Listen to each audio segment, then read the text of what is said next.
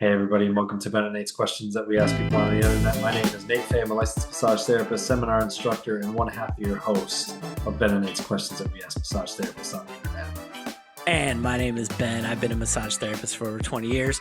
And as some people might be hooked on phonics, I'm hooked on learning. The more I learn, the more I realize I don't know anything.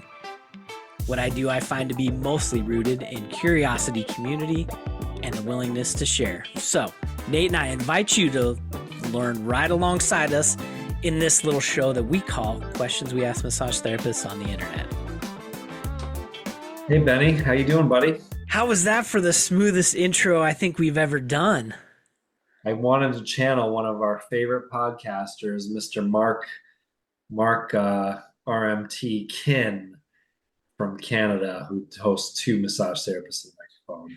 I know his voice is so smooth, and I even told him that. I'm like, I have a man crush on you because your voice is so smooth.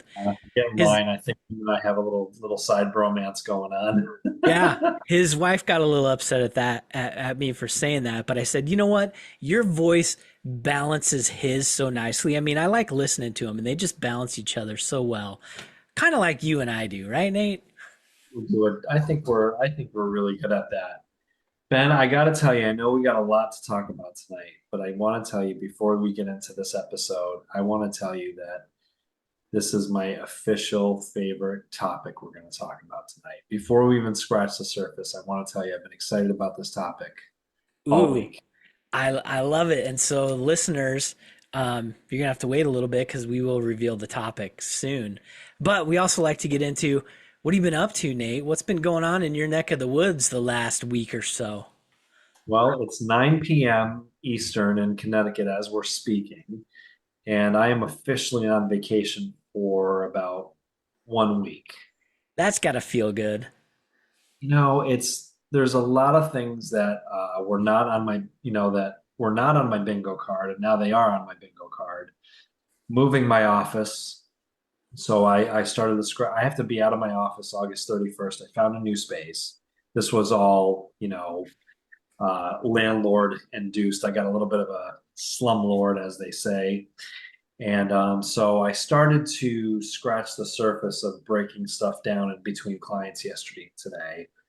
And in some ways, moving is interesting because it's like, where do you start?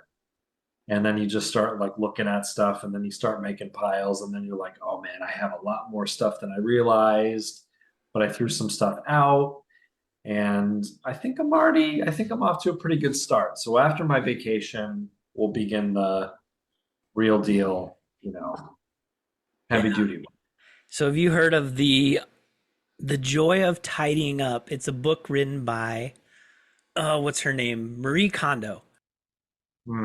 I have not heard of that. So she talks about she's from Japan, and Japan they're they don't have a lot of space, so she is a tidying expert. And one of the things she talks about is when you get rid of stuff, you thank it for what it taught you before you let it go. So say you have a shirt in your closet that still has the tag on it. You've never worn it. You're like, okay, I can let this go. I've had it for 4 years. You grab the shirt and you thank it for teaching you that that's not the kind of shirt you want to wear, and you let it go to whatever donation or whatever. I don't know. Marie Yeah, Kondo. it's a real thing. I mean, I've moved, not my office. This is my first time, really having to. Well, the first time when I opened up my doors 10 years ago, I mean, it was starting from scratch, so it was more purchasing stuff for the office. So now 10 years later, right, things, get old and worn out. So I'm actually going to do the same thing. I'm going to get rid of a lot of stuff and I'm looking forward to purchasing, starting fresh again. And you kind of realize too, Ben, for doing this for a combined 40 plus years between you and I, patients love the freshen up, right? So even like I'm not encouraging people to just go get a new space every 10 years because it's obviously not the most economical thing to do. However, people love it. So it renews That's interest. And anyway, that's kind of where I've been at. Enough about that, Ben. What the heck's been going on in Nebraska? Man, it's just consistency. There's not a lot new going on. It's just, we're dealing with the corn sweat still. It's been cooler weather has been prevailing the last few days, so it's kind of nice. I get to enjoy sub 90-degree temperatures. But other than that, not too much new is going on. We're going in the opposite direction here. We're starting to get cool nights, man. It's been almost fall like a few of these nights. That's And fantastic. we're getting a lot of smoke down here from the Canadian wildfires. You guys getting that too? Yeah, it hasn't been as strong the last day or so, but a couple days ago, yeah, we get can barely see the sun. It's orange and that kind of thing. It's kind of a cool sight to see. Listen, death and destruction can look very pretty, That's right? that's right. Well, hey, let me ask you something. Ask away. Because I like to lead us in with a little bit of humor. And I was thinking, do you want to hear a joke about construction? Ben, I would love to hear a joke about construction. Well, it's too early because I'm still working on it. But how about this one? Because I can't just leave it at that. What what room do ghosts avoid? What room do ghosts avoid? The living room. I love it. That's the joke that leads us into our topic for today. I'm ready. What the heck is I know what our topic is, but Ben, what is our topic for tonight? What is our topic? I gotta pull it up and read it. It reads, and this is something that we have straight on our Facebook page. You can find it on the internet called Ben and Ace Questions We Ask People on the Internet. So the question reads, what's a massage technique or area of practice that you tend to avoid because you're less confident in it? The ghosts joke was about avoiding, like what room they, yeah. Just trying to tie those two together. Sometimes they're obvious, sometimes they're not. Um, I got it, but I'm sure members of our loving audience will appreciate that tie-in. Well, I am a lot dumber than I look, so sometimes I have to write stuff out for me. So Ben, oh my God, where to start? Where to There's a start? lot, and you said that this is probably your favorite topic. So let me just go into that and maybe explain a little bit why you think this is one of your favorite topics. Because I'm curious. Well, first of all, I'm going to think about tonight's question in two ways. So I'm going Yeah. to think about the actual question itself. And I love the fact that it's always interesting. You and I have been posting questions on the internet for a while. Some questions get what I consider a lot of responses, and some questions get minimal responses.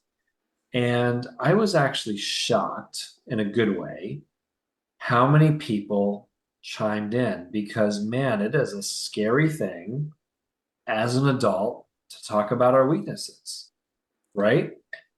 Especially being a professional, especially a professional out in the industry, making money, right? Having clientels, and then basically publicly announcing, hey, man, I'm not so good at this. So I think it's cool, the number of people that answered that question. And then the other way I want to think about it, and sort of the opposite of that, and it's something that I think about all the time.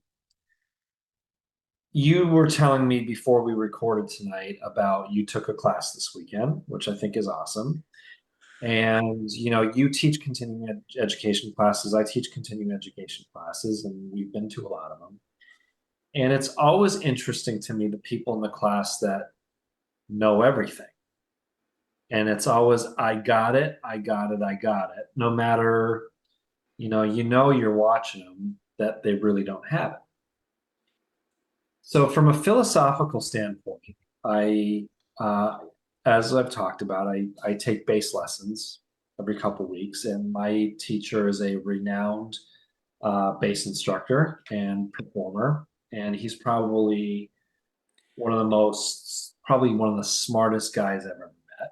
and like world, world smart, street smart, very philosophical. So I brought this up to him last week in our last lesson. Because sometimes I say to Anthony, you know what? I don't want to have a bass lesson tonight. I want to have a philosophical lesson tonight. Because what he does for me also helps me to become a better educator. So I asked him the question, not to flip our actual topic tonight, but I said, I said to him, I said, Anthony, I said, why do people say they got it when they don't really have it?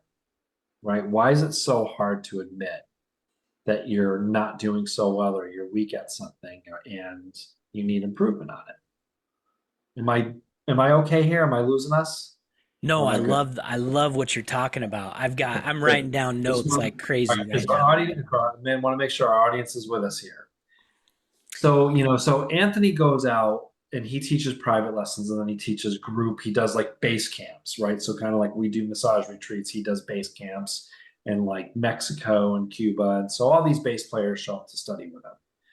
And of course, Anthony will ask the most fundamental question, how many notes are on the bass?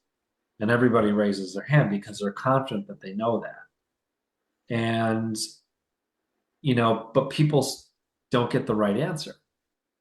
And, so Anthony says ego. I love this. Ego is just a disguise or another name for insecurity. So, people that think they know it, right? It ultimately comes down to insecurity. So Anthony put it this way, and I want to give credit to Anthony tonight for talking about this stuff. Yeah. So I'm gonna add, let's go through this, Ben. I'm gonna go through this with you as if you're my student. Okay. Yes, teach me. I'm ready to All right. learn. I don't have So an ego. I'm Ben, teachable. do you know the alphabet? I know, oh, man. I think I know the English alphabet, and I at Okay. one time knew the German alphabet. All right. So Ben, you know the alphabet. You're confident you know the alphabet. Oh man, I feel like this is a trick question, but It I'm gonna doesn't, no, but say, don't, let's just pretend. Let's just pretend you have an ego and okay, yeah, just be yeah, like, yeah. I know the alphabet. Right. So we're going with ego here. So Ben, do you know the alphabet, right? I know the alphabet. Backwards to So Ben, forwards, I know it. if I asked you to say the alphabet 10 times in a row without stopping, do you think you could do that? Absolutely. Great. And so then I have you do it 10 times in a row. We're not going to do that tonight. But really, because of our brain, more than likely by the eighth or ninth time, there's a chance we're going to fault, Sure. right? A chance, not maybe a high chance. So, Ben, how much do you love the alphabet? The alphabet is my favorite. Like I'm all in for alphabets. So, Ben, without pausing, could you say the alphabet backwards 10 times Absolutely. at a quick pace, right? So then let's pretend I'm going to ask you to say the alphabet backwards, and more than likely you're going to have pauses and stutters, right? Correct. So then Anthony would turn around and say, "You don't really love the alphabet because you don't know it as well as you think you do. You do." And I love that whole thing. And he applies it to the bass and music. And I sometimes think about that in the world of the human body, right? How much do you love massage? How much do you love working on the human body? And then going through that phase. So, anyway, all that to say, Ben, I love the fact that people came in with no ego and talked about their faults. And we flipped the coin on this and we got people to talk about their weaknesses and put their egos aside. Yeah, that's fantastic because I think you saw more of the responses than I was able to because they maybe responded to your personal page rather than the shared page, which is fine. So some of these responses will probably be I probably have not seen them. Yeah, they overlap a little bit. We like posting this so that everybody sees it. And Yeah, which is great. yeah. I'm gonna just blast through a bunch of them, and then I think it might be fun to go through each, to take a few of them and maybe go into it a little bit. Yeah, let's see what the listeners had to say about areas that they tend to avoid because they're less confident and don't have a Yeah. big ego. So we had two for nerve flossing, Okay. and nerve flossing is my specialty with teaching it. How much do you And love nerve flossing, Nate? I love nerve flossing, and I'll rap about it right now. And I'm going to come back to that. I'm going to Yeah. tell you one of the things that I love to talk about in my pre-lecture about nerve flossing. The psoas, the famous, the infamous psoas, Okay. right? One of the most blamed, that poor psoas crying on the therapy couch because everybody blames the psoas. Okay. I'm going to resist the urge to go into the SOAS and just continue to listen to the list. Quads. Quads. Interesting. I'm going to just say right off the bat, Ben, my favorite response, relaxation techniques. Okay. Okay. I loved this one. This person posted, I'm trying to get better at pec work. So most people just named a technique or named a body part. And I love that this person was like, I'm trying to get better at pec work. And you know what? I think it took a lot of chutzpah to list pec work because you would almost think that massage therapist should be like the king of the chest wall. So again, I love that Jason was like, you know what? I need to get better at this. So I thought Yeah. that was cool. I love it. Assessments, Yes. cranial sacral work. Somebody listed pelvic floor work, which I thought was pretty cool. And and then somebody gave us a quote, and it kind of falls in line with our opening here. Reps remove doubt. And I want to dive more into his comment too. So Ben, this is going to be a 4.5 hour episode today. Holy cow. If you're listening, you need to block out the next 4 days to listen to Hey, this, or come if back and Peter listen in chunks. if Peter Attia can do 3 hour podcasts, so can we. Yeah. Wow. Okay. So where do we go with from this list? Where do you want to go? Because um, I'm good Okay, with well, wherever. let's just break it down. Okay, so let's just go through each one. All right. So let's talk about quads. So, quad work. That is an interesting area that someone as a massage therapist may lack confidence or tend to avoid. Yeah. And I wish, well, I don't wish, because I think we got plenty to talk about.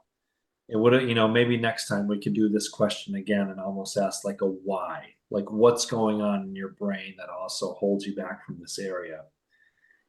Relaxation work. I'm terrible at it, Ben. How are you at relaxation work? Man, how do you define it? Because I work on people and I do specific work and they're on the table and they're relaxed, but our goal is not to put them into, relaxation land. I'm doing joint mobilizations, that kind of thing, but they're relaxed on the table. So as far as when you say like Swedish type work, so superficial work, I would say I don't love that type of work.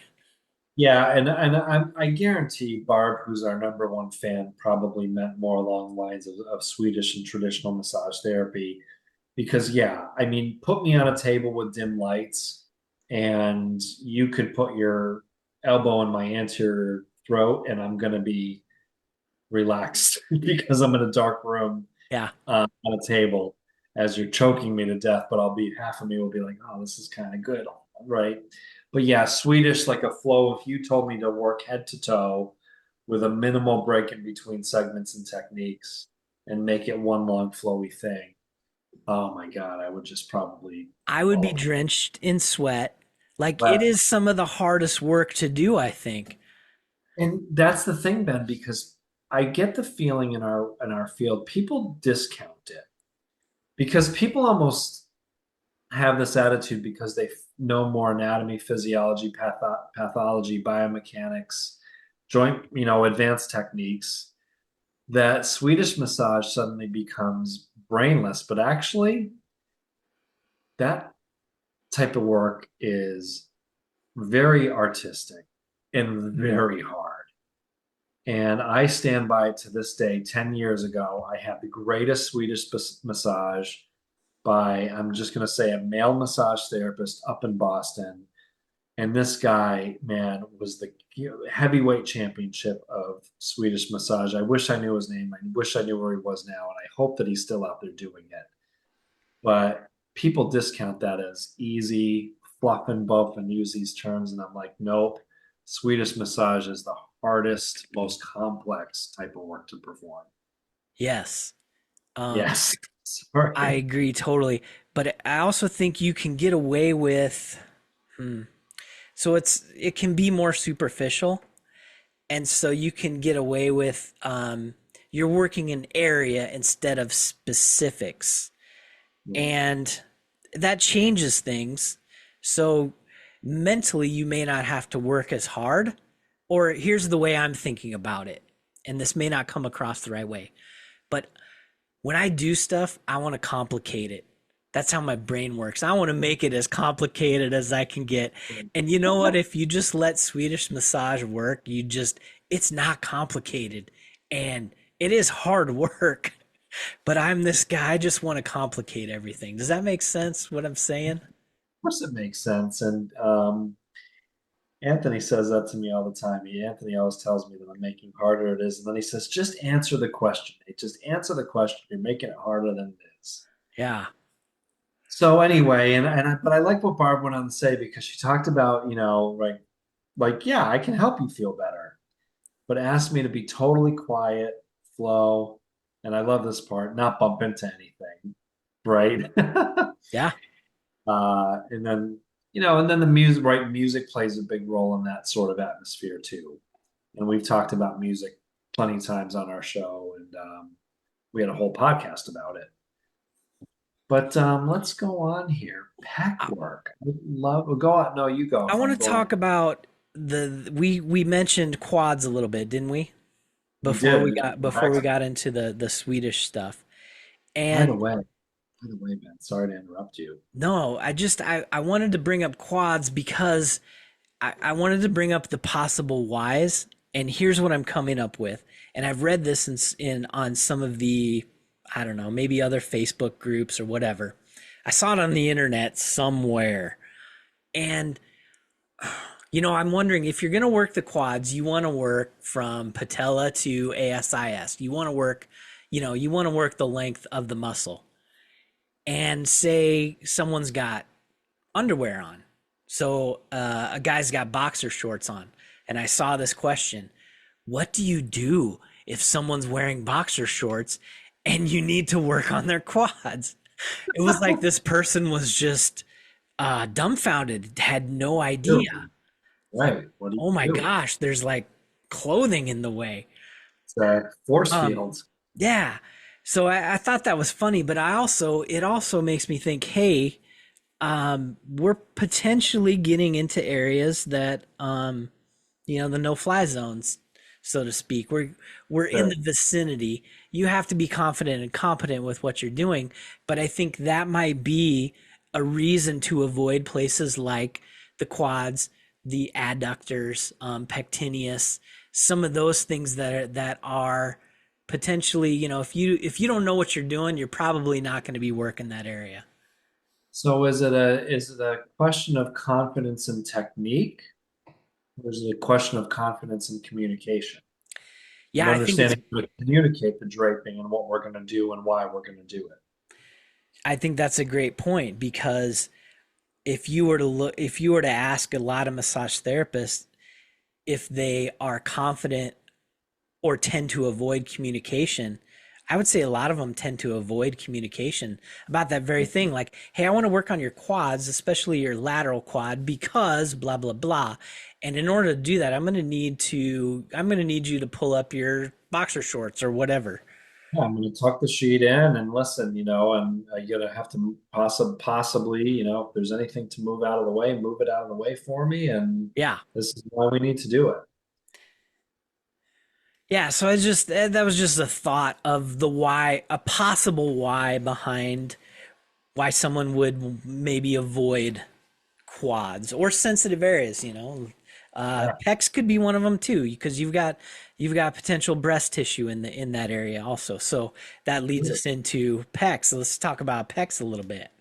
And I'll say one last thing about the quads too, Ben, and just kind of to lead off with what you were saying is that also, right, like a bigger, broader muscle group, right? And you kind of hit on that a little bit.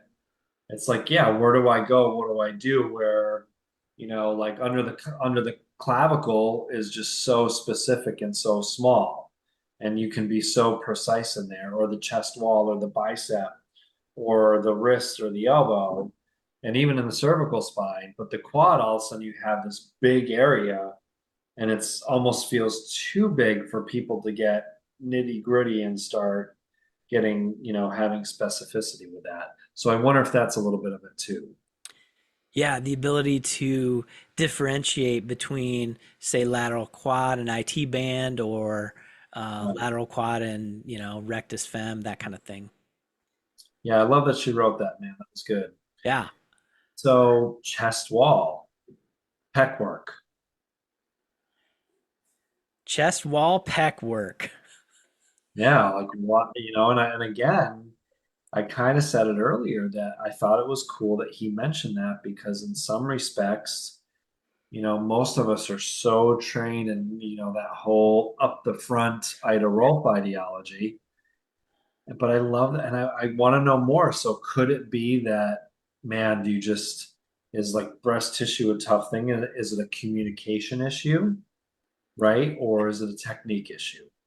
And didn't you mention that this person said they wanted to get better at pec work? I love the fact that they led with that. I'm trying to get better at that. I thought that was so cool.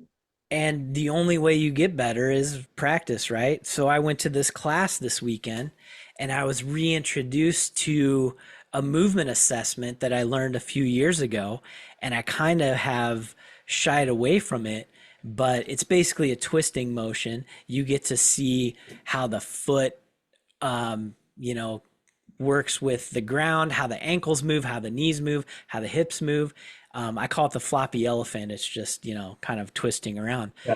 But after this class, and as I've been working this week, everyone that comes into my office is doing the floppy elephant for me.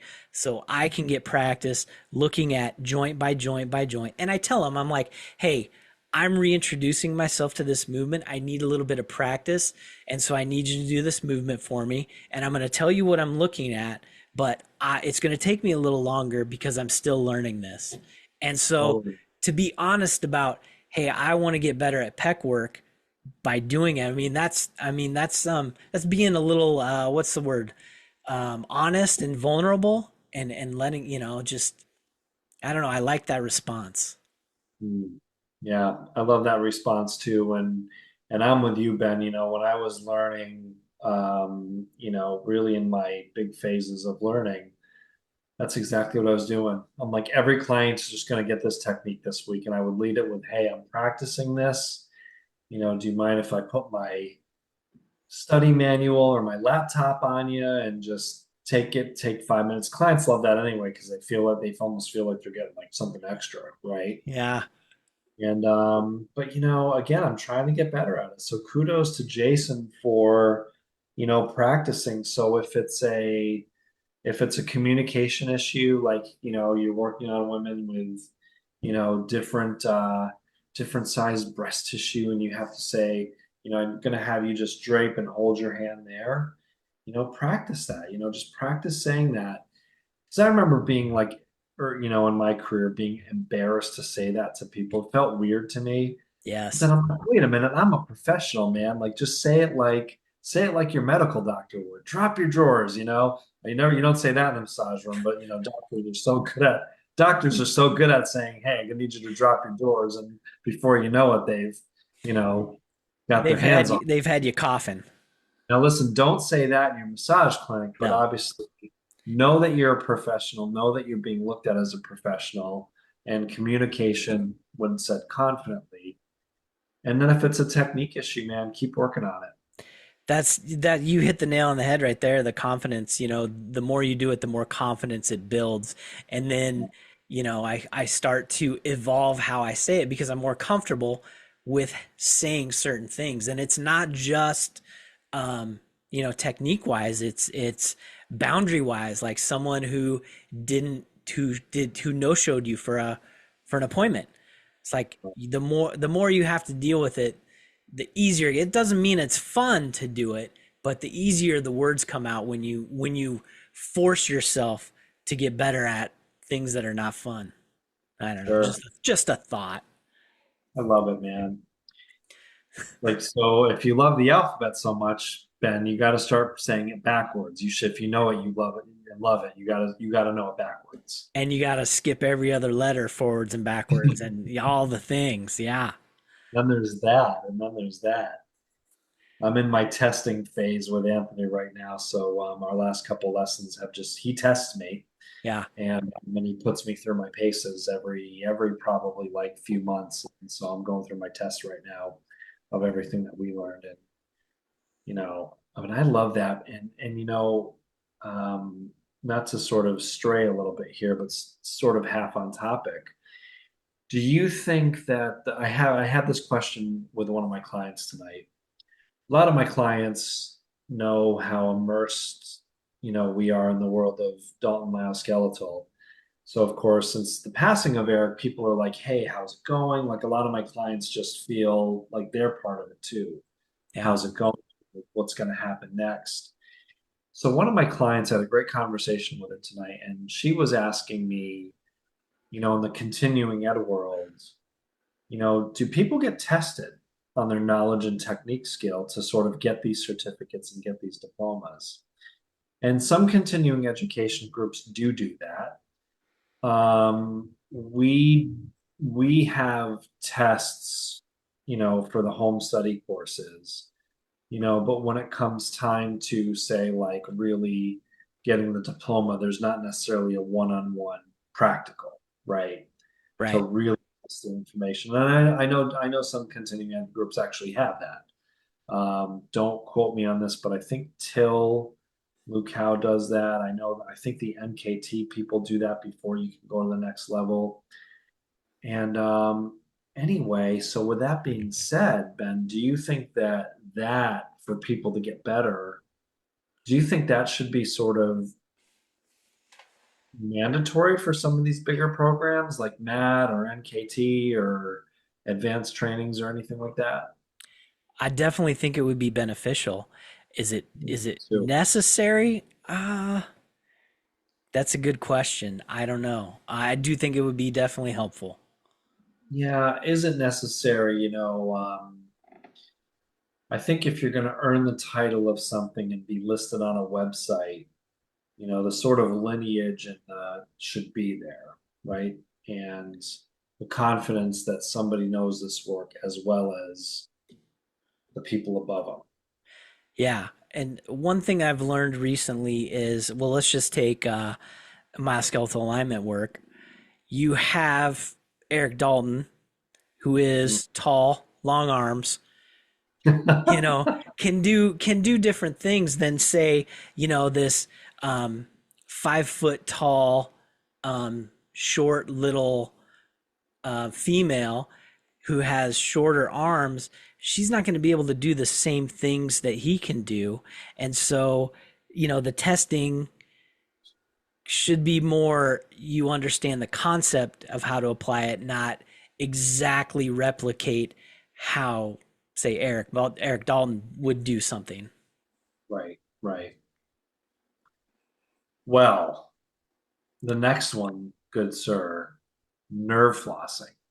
Nerve flossing. Are you gonna do your rap for us, You or gotta just come from just Costa give us Rica a to do little that. bit? Roots, trunks, divisions, chords. I'll give you the spoken word version. Branches Yes. branch into nerves. Five nerve roots, C5T1, come together to form three trunks. That's all you get for now. That was the beat version. Yeah. Love it. Here's the thing. I'm gonna be kind of quick about this one. Here's the problem with learning nerve flossing in classes, and I talked about this in Oklahoma. Here's your quiz, Ben. Do you remember what I said about going into it? I, I don't something remember. I mean, there was only 30 hours of information that weekend. Yeah. So people go to classes, and even though you're not there for yourself, you're not there for your neck pain, you're not there for your low back pain, you're not there for your shoulder pain. Your partner in these classes that's practicing on you and making their way along the way, even if they're learning it, there's still a sense that it feels good, hopefully, right? So there's a high probability that, man, someone working on your neck, even if they're practicing, it's just going to feel good. And your brain, right? Your brain can kind of just take all that in as good information. Like, I like this. It feels good. It feels therapeutic. I needed that, even though we're not here for that.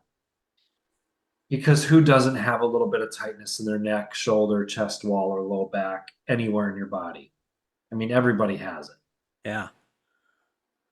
But nerve flossing is just such a different feel, right? You're not going for that tight, leathery feel, that bone on bone feel. You're not going for that spring feel or that it doesn't spring, and most people, I say, hopefully in class, everyone can relate to a low back issue.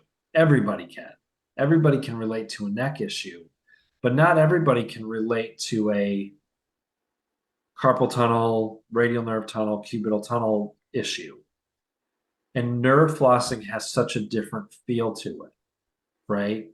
It has more of a, as I say, hitting the brakes, pulling a deep cord type of feel, and can also instigate or be on the barrier of instigating symptoms like a little bit of pins and needles, numbness and tingling, a little bit of burny type feeling. And even though you don't know how to necessarily get into that, right? So if you don't have a compromised, let's just say compromised issue, you're not going to feel anything as the student in this class. And I don't think, I know that people struggle with this technique because they're laying there receiving it and everybody says, well, I just don't feel anything. Why don't I feel it? And people say to me, why don't I feel anything? And I have to remind them, you're not supposed to. We're getting the hand placement.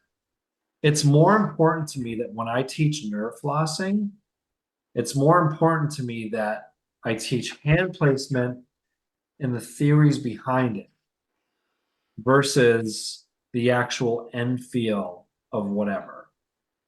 That's what's most important to me. And admittedly, it's taken me a couple years, but I've gotten better at. And Costa Rica was the first time, or Costa Rica, Oklahoma was the first time that I really gave that sort of speech of, listen, let's just settle in for this and not go for what you've been feeling all weekend with other techniques. And Eric Dalton said it himself. Eric would always introduce me, and Eric would say, "Don't make the same mistake I did and think that these techniques are worthless." Because Eric also admits when he learned them that he was like, "What am I supposed to do with these?" And Eric, said, "I didn't do these techniques," and then ran into a colleague, and the colleague was like, "Man, are you doing these nerve techniques?" And Eric was like, "No, they don't feel any. I don't feel anything." And the guy was like, "Man, I'm getting such good results with these." So then Eric started implementing them, and sure enough, the right place, right time was getting tremendous results. Neurodynamic techniques to me yields the highest, quickest sort of payoff results when they're needed. It is just such a fantastic, fantastic application. Yeah, so then that also begs for good assessment or intake to lead you into when you need to use it, because when Yeah. you do use it, and people need it, you can tell. It lights up their eyebrows. And that's just it too, Ben. And you hit the nail on the head that you have to be in tune with it's. I also say that all rules apply now. So assessing the unaffected side first, and then tuning in on sensations, right? Is it a stretch? Is it a bone on bone? Is it a springy feel? Or is it burning pins and needles, pulling a cord? And are your eyes, as you just said, bugging out of your head as you're going into the technique? So yeah, that's the deal. So we had three people with nerve flossing. Three people. Wow. I like it. Nerve flossing. It was So the most basically you turn the things that you tend to avoid into your this is what I'm going to work on, as the guy who talked about the pecs said, "Hey, I want to get better at this." So this is a list of what your next step is to get better. Whoever left a comment. So thank you very much for commenting. What else do we have to what else do you want to pick on or talk Let's about? go. Let's go one more with this. Yeah. I'm gonna go one more with this list.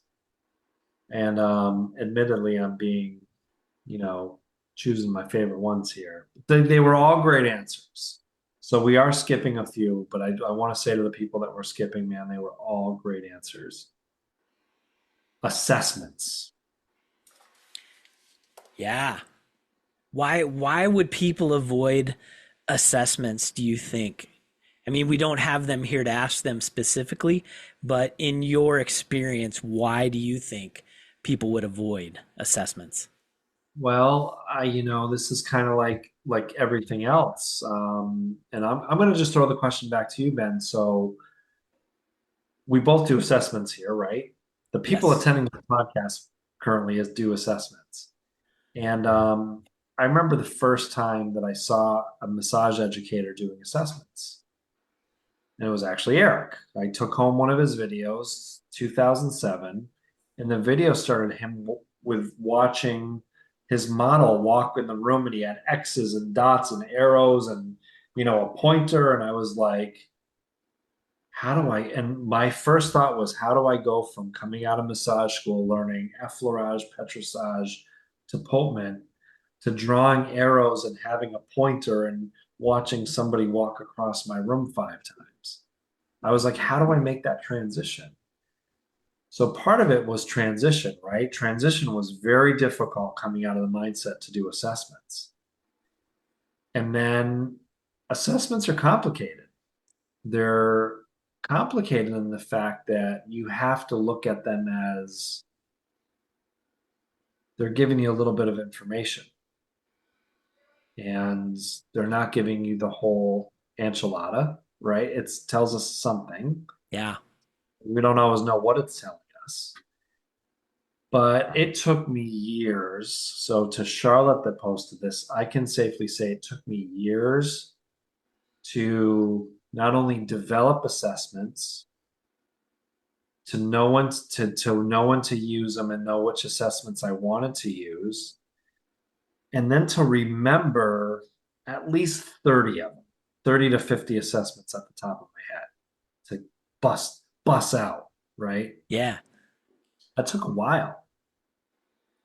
Now, here's the other thing I say, and I talked about this in Oklahoma on Friday morning about when we talked about Matt Pritzman's.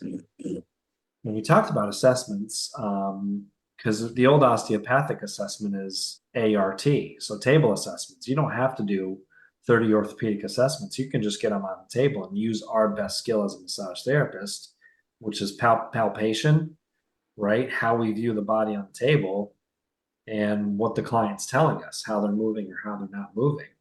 Those are the most foolproof assessments that I personally use.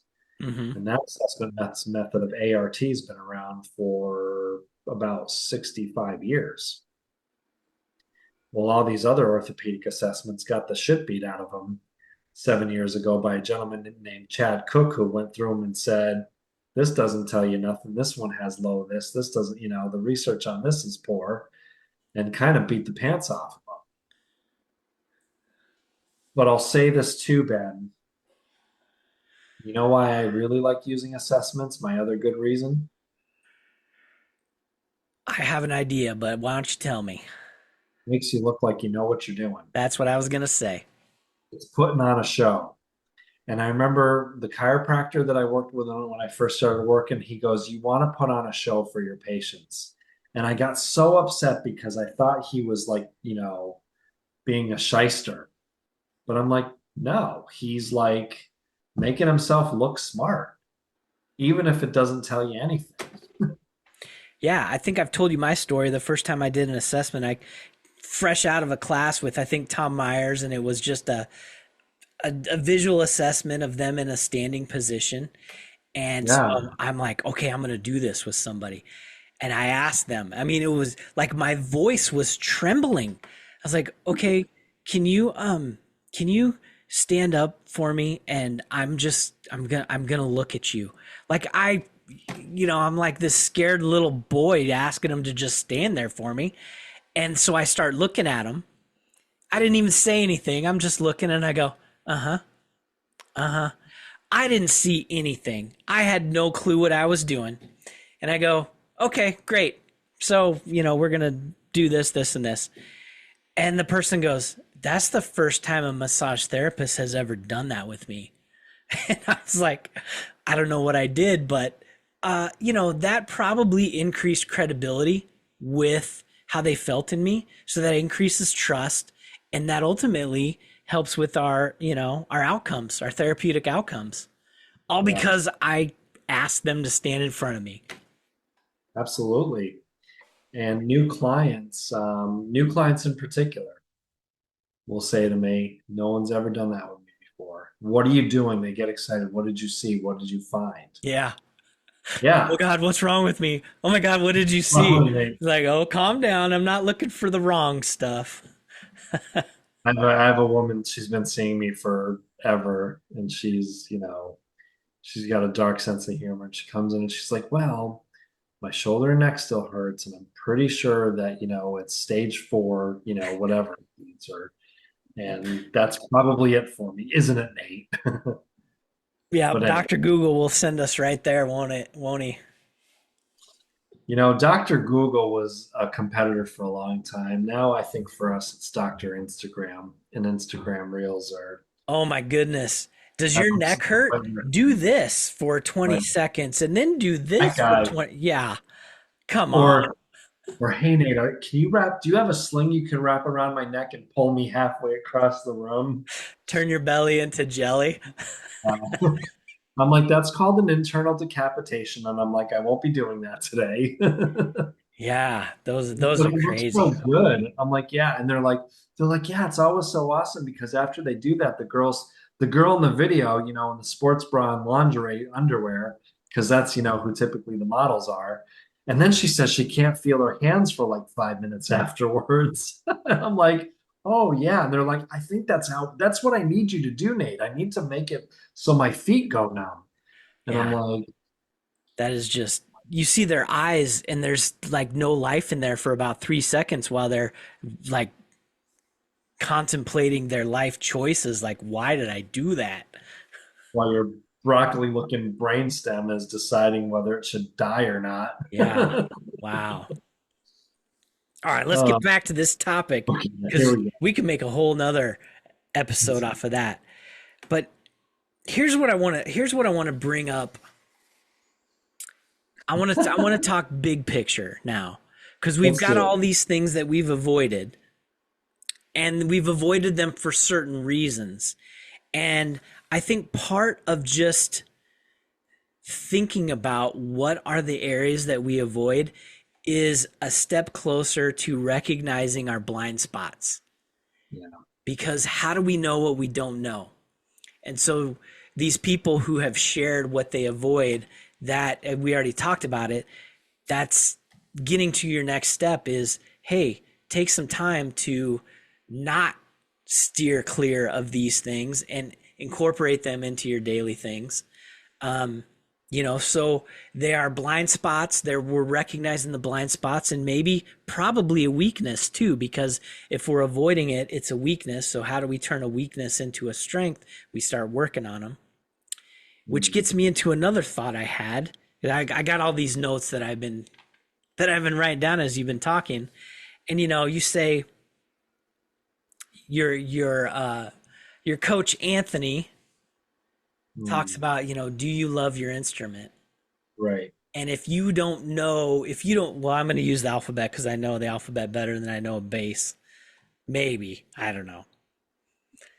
But if you love the alphabet so much, I mean, is there ever a point where you know everything about the alphabet?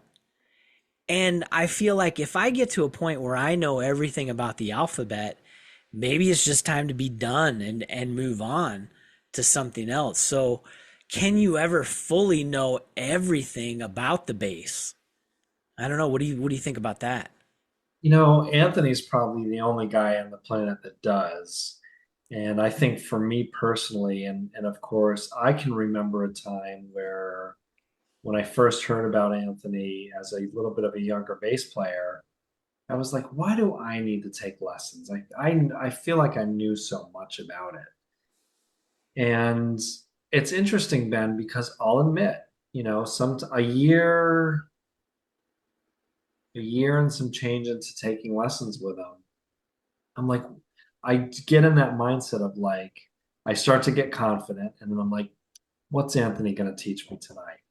And then within 2 minutes, I'm like, jaws on the floor, and I'm fighting back tears in my eyes. But once again, going, well, I just don't, I still got a long way to learn. And you and I talked about this a while ago when we talked about why do you take continuing education classes? And I'm getting less and less interested in learning techniques because I love my technique skill set. I'm getting more and more interested in, right, well, I've been interested like how to interact with clients. So that's been a big one for me. And now I just want to continue to get smarter with my anatomy, physiology, and biomechanics and all that kind of stuff. And that's what I've been kind of starting to lead into these days. But and that's endless because the human body, right, is so complicated. You can't know it all. And they continue to, the brain alone could take a lifetime, let alone whatever. Yeah, I was just talking with someone about that earlier today. We've got the physical part of the body, the biomechanics, how it moves. So you can learn all that. But then you throw in what I call the intangibles, the stuff you can't touch, thoughts, feelings, emotions, everything that also drive our posture and other things. And man, there's unlimited possibilities. So the ability to learn anatomy, physiology, kinesiology, all the ologies as I call them, it just helps us learn where to work. Because at some point, you know how to work, and there's nothing you're going to learn necessarily that's going to be mind blowing.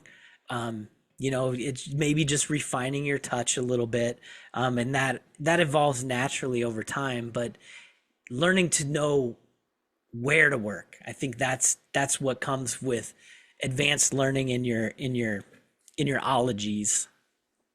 Yeah. And you know what? I'm gonna, we talk about this. I'm working on a blog right now just for the heck of it to post. And I would really love people to get out of the mindset of I got it. I know it. Like that's a phrase that I want to sort of hear disappear when it comes to education and learning. What would you like to replace it with? How can I make it better? Like our guy said on here. I want to get better Yeah. at it. Tell me more. I want to be a sponge. I want to learn more. Give me more. You know, Yeah, cool. All right, so and going back to like Anthony, I have all this conversation because I said, Anthony, I said, I know you're not a body worker, but I said, how could I use this in my world? And Anthony, so we were playing around with ideas, and okay, so Ben, what's your favorite technique? oh What's man. one of your go-to favorite techniques? Just pick one. Let's just say tibialis anterior work. Okay. So can you do that? And what do you use? You like your hand, your elbow, your forearm, your fingers, your thumbs? What do you like to use? Yes, All of them. all of them. We'll just say Right. elbow. So, Let's go with elbow or fingers. okay. So you can use your elbows and fingers comfortably, right? Can you use your soft knuckles as comfortable? Yes. Can you use your knuckles as comfortable? Yes. Okay. Can you use a reinforced thumb as comfortable? No. What's your dominant hand? Right hand. Could you do all those techniques and variations with your left hand as good? Close, but not as good. There you go. Okay. Yeah. So then it's something that you could work on, right? And get better at that. So that technique that you love so much, right? That's just another way to make that technique even better.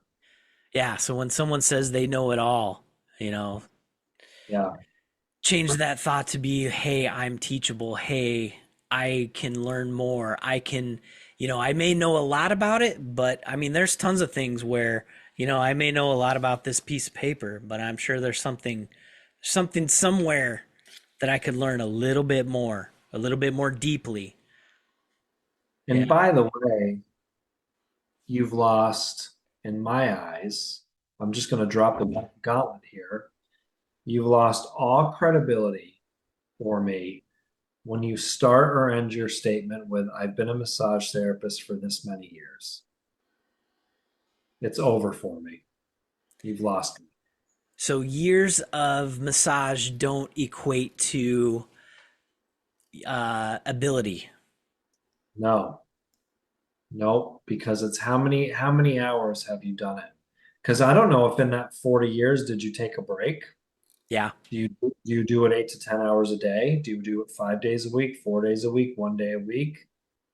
Versus the 2 year student that's hungry and living it, breathing it. Yeah. So then it's hours. You're talking about how many hours have you put in actual doing the work as far um as opposed to years doing it. Yeah. Yeah. And I think we talk about that a lot because it sounds impressive. I've been a massage therapist for 25 years. Great. Yeah. Yeah. Yeah. There was a time when it was impressive to me, but not anymore. I want to change the question. How many of you have been a massage therapist for 25,000 hours and can prove that? Yeah, so then do you know how many roughly about how many hours you do in a year, say? Oh, well, I guess my average is, you mean just hands-on table time? Yes. All right, I got my calculator next to me, Ben. I can tell you mine. I'm at about between 850 and 1,000 a year, Okay. Yep. So roughly. this is an average. So I'm gonna go, yeah, I'm gonna say this is assuming that I'm doing this 5 days a week without a week off here and there. Yeah, So I do take a couple weeks off throughout the year, but yeah, so about I'm gonna say ballpark. This is coming up with 1,680 hours, but I'll sure. probably cut that down by a couple hundred hours. Now that, and then let's see, 16 times 8, I do 128 hours of teaching a year on top of that. And then I would say mm, I would say fairly, I devote an hour a day to studies. Yeah, I've used my scheduling program to go back and look through and average how many hands-on hours I do over a year because you take vacation, you have some days off, so it's not always, you know, 6 people a day, 5 days a week, that kind of thing. But it is interesting to look, and then you multiply that out over 10 years, 15 years. Um, but you have to take into Yeah. account, like when I first started, I was not as busy. I just got my hours, Ben. Okay, And if I did this correctly, impress me with your hours. so I've been a massage therapist for 787,200 hours. Wow, If I did that right, so hold on, let's do this live, okay? that's So a lot of hours. so let's say let's say I do, let's just say I'm going to say 1,400 hours a year body work. Okay, I'm just going to go with a quick average. Yeah. I do, and I've been doing that for 20 years. So there's 1,400 hours in 1 year times 20, right? Yeah. So that's 28,000 right there. I do about 128 hours of continuing education. That's been for 5 years.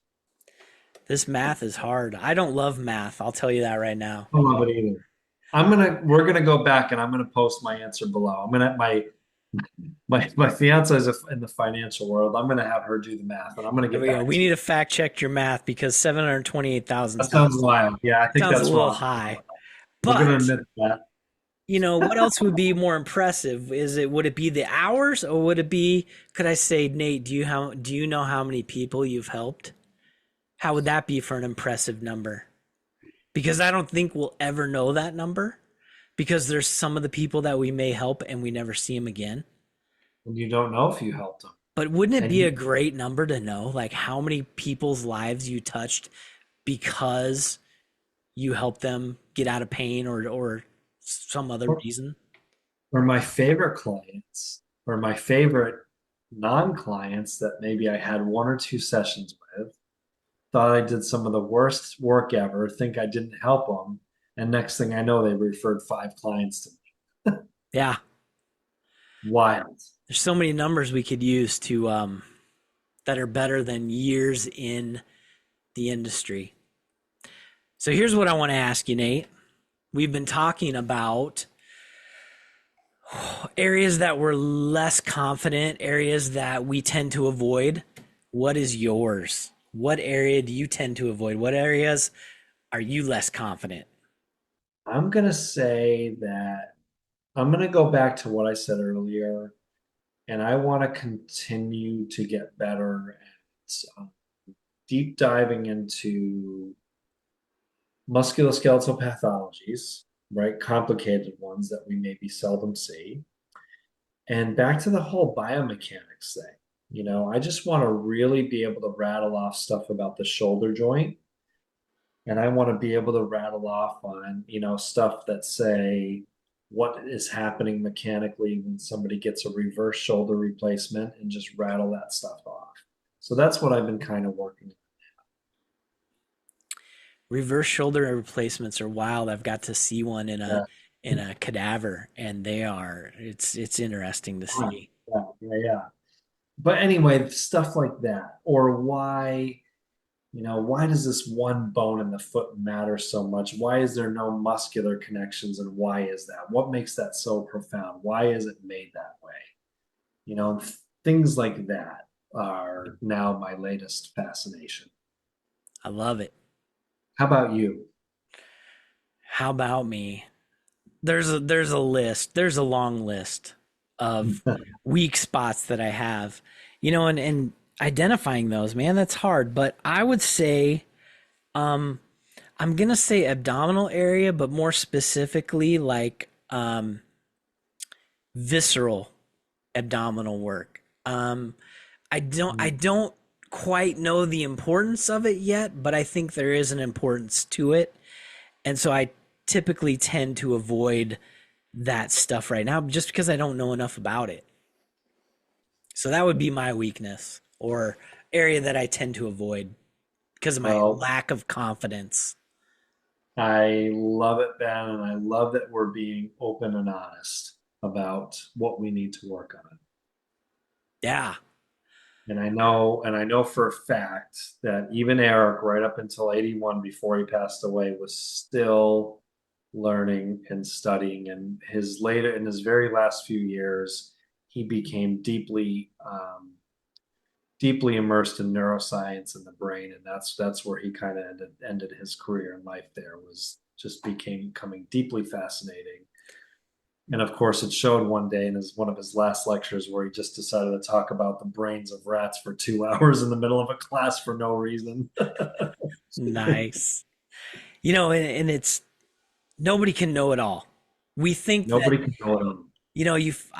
I would like to think that I am the uh dumbest person in the room. Maybe I should rephrase that. If I feel like I'm the smartest person in the room, I need to find another room because Yeah. I need to be challenged by the other people around me. And that's one of the reasons why we get together and do this show called Ben and Nate's Questions We Ask People on the Internet, because I like to surround myself with people who are brilliant. So Ben, we're gonna in between our next episode of this one, we're gonna try to figure out this baseline hour thing.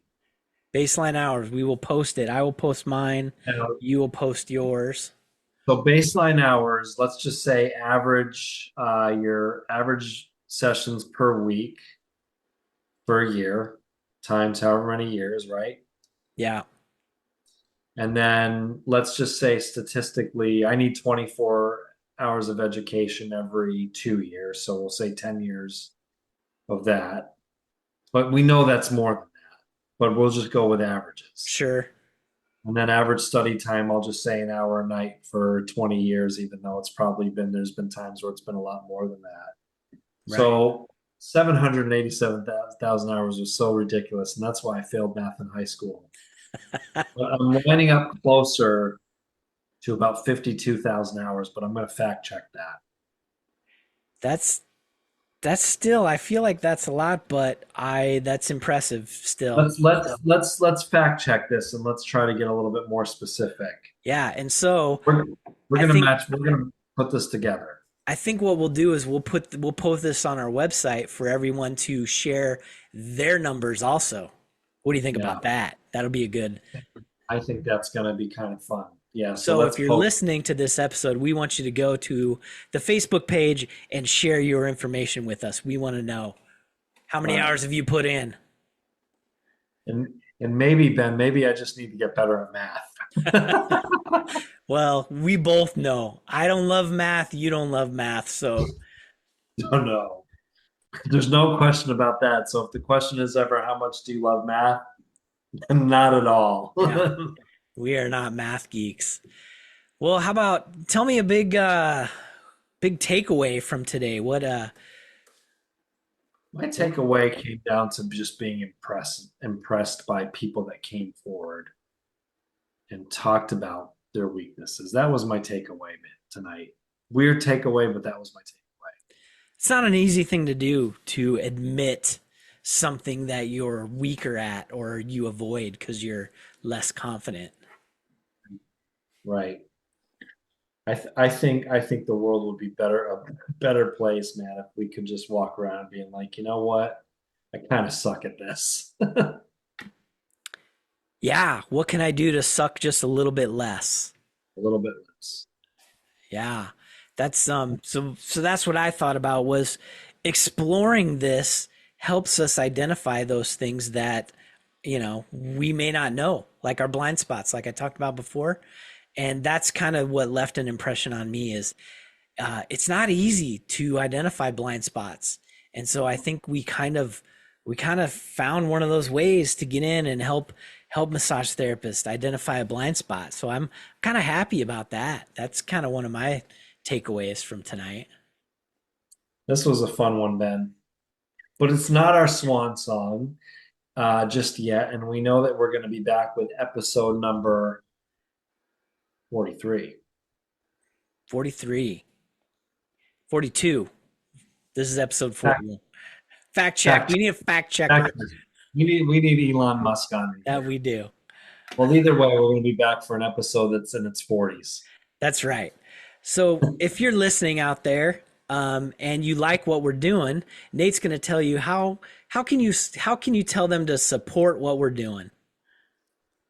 Answer the questions. Answer the questions when we post them, man. We just need your answers and have a listen too. Listen to us on Spotify, listen to us on Apple Podcasts. I get that data on Spotify every week when I log in. How many of y'all are listening? And certainly our average listeners, Ben, continues to go up. And I think it takes about how many does it take 50 or 100 episodes before we get the power and the glory?